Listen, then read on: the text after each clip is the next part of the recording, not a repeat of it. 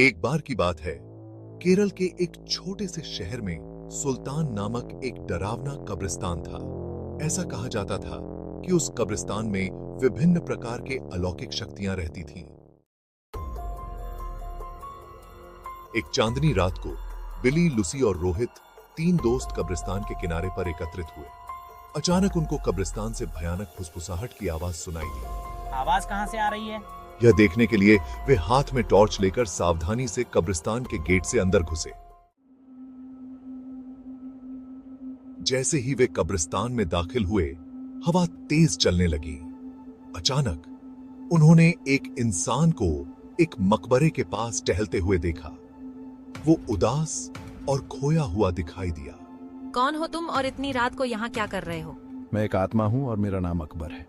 अकबर ने उन्हें उस भयानक अभिशाप के बारे में बताया जो इस कब्रिस्तान के सभी आत्माओं को परेशान करता था। हर रात एक प्राचीन चुड़ैल जागती थी और कब्रिस्तान पर जादू करती थी और अकबर जैसी मासूम आत्माओं को अपने वश में कर लेती थी। अभिशाप को तोड़ने का एकमात्र तरीका कब्रिस्तान के पीछे जंगल में एक पेड़ के नीचे छिपी हुई मंत्र पुस्तिका को ढूंढना और आधी रात से पहले उसे नष्ट करना था। जादुई पुस्तक ढूंढने की दृढ़ संकल्प लेकर बहादुर तिकड़ी अपने मिशन पर निकल पड़ी। उन्होंने अंधेरे में मकबरों के बीच रास्ता खोजा जंगल में जाने के लिए, और इस बात का ध्यान रखा कि आराम करने वाली आत्माओं को परेशान न किया जाए। हमें सावधानी से चलना होगा ताकि हम किसी भी आत्मा को परेशान न करें। हाँ, और हमें रास्ते पर ध्यान देना होगा ताकि हम खो न जाएं।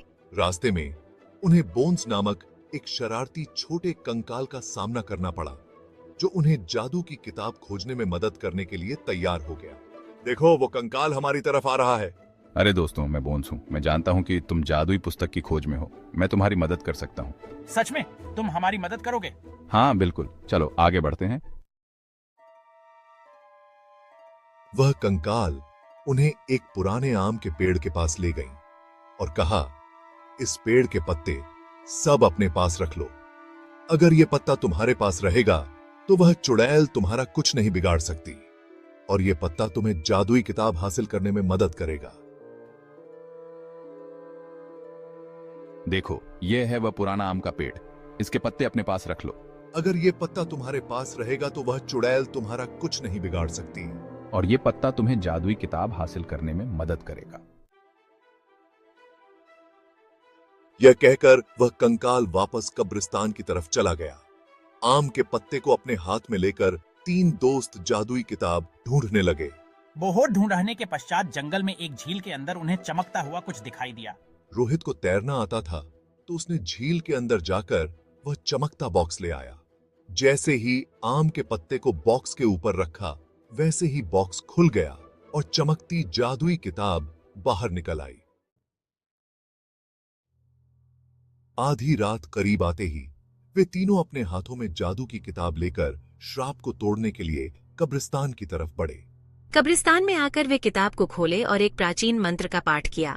मंत्र पाठ करते ही जमीन कांपने लगी और कब्रिस्तान में एक तेज रोशनी छा गई।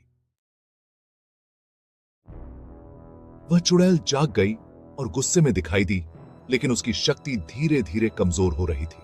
उसने बिली, लुसी और रोहित को जादुई किताब पढ़ने से रोकने के लिए अपनी जादुई शक्ति का प्रयोग किया, लेकिन उन तीनों पर कोई असर नहीं हुआ, क्योंकि तीनों के पास आम के पत्ते थे जो उनकी रक्षा कर रहे थे।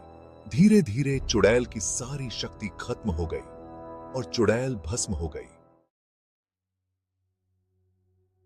इस तरह बिली, लुसी और रोहित ने कब्रिस्तान में फंसी हुई आत्माओं को मुक्त किया और कब्रिस्तान में फिर से शांति छा गई।